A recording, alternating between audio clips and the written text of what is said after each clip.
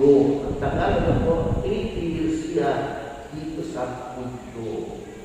Kaya nagpapasalamat tayo sa biyaya ng buhay na matagal na pinakinabangan ni Juana habang kasama natin siya dito sa mundo.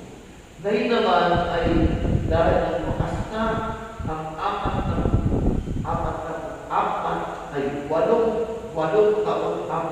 taon na pag-ira ni Juana sa mundo ay nagwakas na.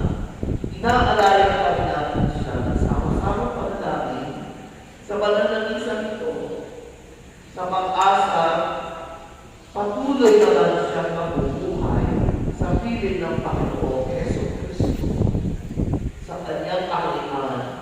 At ito'y hindi na nangingipon sapagkat ang buhay na kasama sa kaharian ng Diyos ay walang hanggan. Kaya na, natapos na ang buhay ni Juana sa mundo, siya naman ay supakabilang buhay. Hindi na matay. Sa mundo lang siya matay.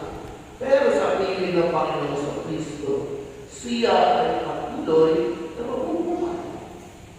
Sabi mo ngayon, hindi na nag-84 years, kundi walang katapusang kapayapaan, buhat buhay ang ipagkakaroon sa kanya ng Panginoon. Na sana tayo rin ay umantong sa gayong pangyayari. Tayo lahat ay maging maligaya sa piling ng Panginoon Jesucristo.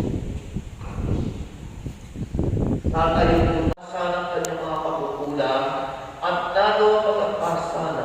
Sinabingin po natin si Juana sa mga na ating pong kasalin.